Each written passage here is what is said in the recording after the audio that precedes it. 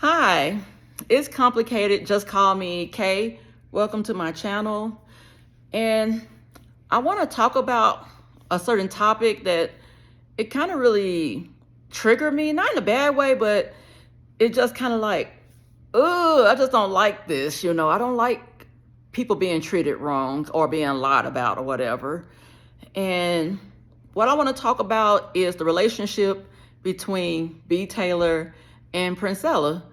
Most people probably know the two content creators. If you're watching YouTube and you basically look at videos about either manosphere content or about women's empowerment content, so on and so forth. If you're a woman, more than likely it's going to be women's empowerment.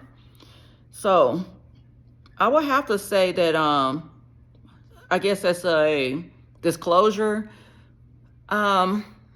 B. Taylor, I really don't know too much about B. Taylor, and I heard about her. I guess I'm talking to one of the Manosphere content creators or being on one of their videos, and so on and so forth. So I'm not sure if she's the pick-me-sha of the group or she's the woman's empowerment. That's all I know about her. However, I knew that, I guess, Princella and her were like in a very short relationship. So I was kind of more introduced to her by Princella. Princella, her content is on YouTube as well. And I listen to her because I guess I can relate more to her as far as my experiences, as far as, dating, and also, I would say scientific. She got more scientific information, which I did go to school in undergrad, and I thought I was going to be a doctor or whatever. That didn't happen. So I did take a lot of science courses, biology, chemistry, organic chemistry, math, all that type of stuff. So she makes a lot of sense, and she backs up her word with peer-reviewed journals. So I appreciate that. And she, basically talk about, I can't say I really agree totally with her, but a lot of it does make sense, as far as her feelings about men in general, biological, things of that nature. And what triggered me is the fact that I'm just going to say something. I was watching her videos, and a lot of times I go back looking at old content as well. So, but I noticed that I guess she started talking to this lady named B. Taylor, and then it seemed like they were close, and then all of a sudden I didn't see B. Taylor anymore, and I'm like, what happened? What happened? But that was their business, so I just let that, like, whatever. They probably had a relationship. It didn't work out. It is what it is. So. So like, okay, so then one day I was going, watching YouTube, and I saw that B. Taylor was going to address how she escaped Princella. I was like, okay, what's going on? Because I'm pretty much, like I said, I never watched B. Taylor's content, and Princella, I just started watching her content. And mind you, I would have to say that I am very empathic. I always was able to read people's energy. And like I think I mentioned in one of my previous videos that I thought everybody could do that, because I was, I'm not going to say born in the church, but I was raised in a sense, from in the church. I started going to church when I was, I guess, around 10 years old, 11 years old. And basically, that was my start. And then after 18, I just kind of was in and out of it. So what I was going to say about that. So yeah, so I thought everybody was able to read energy. So I want to say that. So basically, I don't just jump on the bandwagon and jump on this bandwagon and jump on this bandwagon. So anyways, back to content creator B. Taylor's video. So I was listening to her. She was talking about her experience with Princella. And, listen, of course, I always give a victim of abuse a benefit of a doubt, no matter who, no matter who they were with, because I know as a person who was in an abusive relationship that a lot of times it's either the abuser. I'm not going to say the abuser. It's really, really complicated. It all depends on the person you were with. I would say a lot of times, in my case, more people believed what the abuser was saying about me. He was already talking crap, I guess a smear campaign about me when he realized that I didn't want to be with him anymore, and I, pretty much was ready for a divorce. So during that time, he wanted to stay. He wanted to reap the benefits. Yes, back in the days, I say I was a pygmy because I wasn't taught about, relationships and what to look out for. Wasn't taught really about narcissism or abuse or anything. Only thing I knew about abuse was just getting hit, and that was it. But anyways, so I lost friends. People sided with him, and so on and so forth. And then on the other side of that coin, a lot of abusers, not abusers, a lot of victims are not being listened to. So but I guess I can say it's the same side of the coin because I was a victim and I wasn't really being listened to. I can go more into that. But anyway, so I gave B. Taylor benefit of a doubt and just, listen. And I'm like, okay, she talked and this and that and the other. And mind you, I really didn't know B. Taylor. So when she was talking, a lot of times I can feel the energy or just don't feel the energy of what they're saying. And I guess after watching the video and like a few days later, I realized I don't really feel the energy of what she's saying, It was just more of, looking back, it was just more of, I guess, me being nosy and listening to what she was saying. But I really didn't feel that, like, what she was saying, like, it wasn't really, if you're an empath, you'll probably know what I'm talking about. So, and then another thing I noticed, she didn't have no receipts. Only receipt was Princella playing I guess a keyboard or something. That's like, okay, that's not really a receipt. So, okay. So I continued watching Princella's content. And then, and one thing I noticed, the first video that she posted, it was about her empowerment conference. So I said, okay, she's not addressing it. A lot of times in in a relationship with a narcissist, I'm not saying B. Taylor's a narcissist. I don't know this girl from a can of paint. I don't.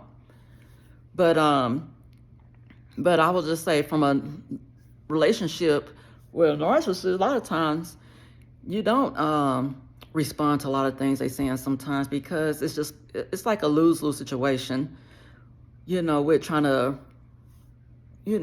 to, how should I put it, defend yourself. And a lot of times what I learned is people are going to believe what they want to believe. If they weren't your true friends, or if they were family members that weren't really supportive of you, they're going to believe the narcissist before they believe you.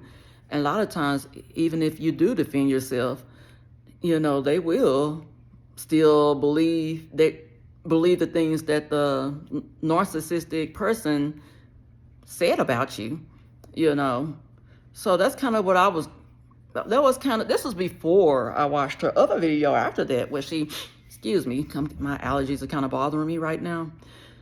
Like, it seemed like all the time recently. But she had another video, Princella, talking about, her experience. And she had receipts and things like this nature. And then when she was talking, I felt the emotions, all this type of stuff. I was like, dang, I'm really feeling them heavy. And to the point it kind of really triggered me. And hence the reason why that I'm making this video, because what she described to me, it seemed like it was a toxic relationship. She tried to escape this relationship. And I understood, because when I was with my ex-husband, it was like, the way, it's so diabolical. That's the best way I can put it. It's like, it's almost impossible to leave this relationship. And then on top of that, they have their flying monkeys, whether it's a church or even your own friends, basically, like trying to encourage you to stay in a toxic relationship. And then you have this person, the dynamics. It's so, I feel like the only way you'll really understand it is if we're in it. And I would say that if you've never been in it, I would say heed our warnings, like please don't look for the signs and all this type of stuff. It's not worth it. But yeah, so it really triggered me because I was like, this is kind of what I kind of went through. So to be honest, I will say I'm a little biased. I really believe Princella more because she had the receipts, and I feel like she was being totally vulnerable. And a lot of times people think because you present yourself as a strong person, you're not able to be abused. I'm like, that is not true, because when I was with my ex, I joined the military, I would say after about 2 years, I think, after, being married to him. And of course, when he was spreading this smear campaign against me, people sided with him because he's the victim. She's in the military. She's the strong one. She's this. And matter of fact, they don't know what was going on at home and things of that nature. Yeah, I was working. I was making the money and things of that nature. But in the same time, I'm going through the emotional abuse, the mental abuse, little passive-aggressive threats, and other things like that. And then when I look back, I was like, dang, it was so, like I said, it's diabolical. A lot of times they don't have to hit you, but they can keep, it's like, I guess one of those torture mechanisms. You can just get like let's drip water or whatever, water torture or whatever. Before you know it, that little drop of water that was not harmful at all, and it still isn't, will feel harmful to a person, And it just kept going and kept going and kept going. The lies, the, abuse of finances, cheating left and right, possibly bringing home an STD and all this other type of stuff, and then on top of that, lying about your character, isolating you, just really a toxic person. And it seemed like when I was in it, it was hard to understand. But once I removed myself from it and became farther and farther away from it, I can see more clearly that this was an abusive relationship. So I would say, and then on top of that, Princella really didn't disparage this person or anything, the person that she was with. It was just basically, I'm trying to get out this relationship.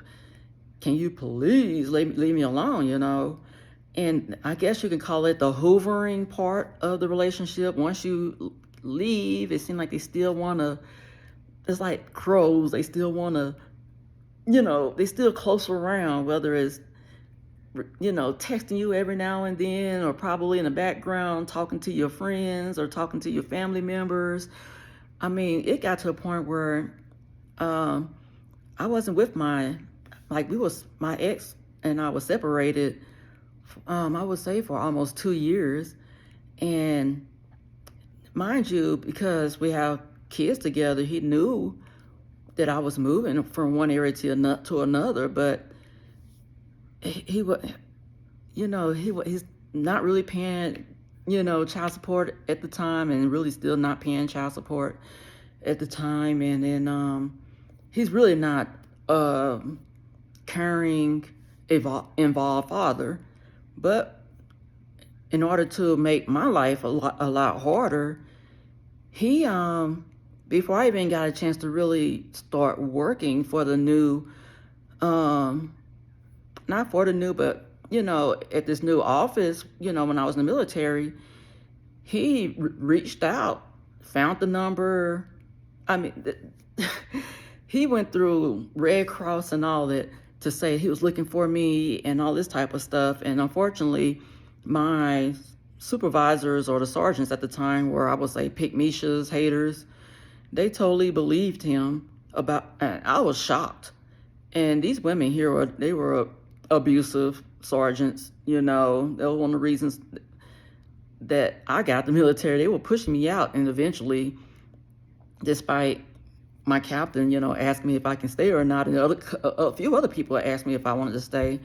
At that point, I didn't see a benefit of staying, and I wanted to go to officer candidate school, and I was aged out at that time, so I said, no, I don't want to, you know, stay in. There's no purpose for me. So I got out, but this man, he started a smear campaign, you know, against me, and these pygmishas didn't even know who I was. I was like brand spanking new. And mind you, this man could have, and I thought about it later, and I'm like, I could have had a restraining order against him or something, but I don't know what type of information that they gave him and things of that nature, because they already, back of their mind, they didn't like me. So I would say with Princella, she kind of moved the same way that I moved. You know, I just kind of stonewalled him because he was an abusive person. He wasn't benefiting me or anything. And even after that incident, he, still didn't really pay child support. He still was just trying to wreak havoc in little bitty ways, you know. So I will just say, before you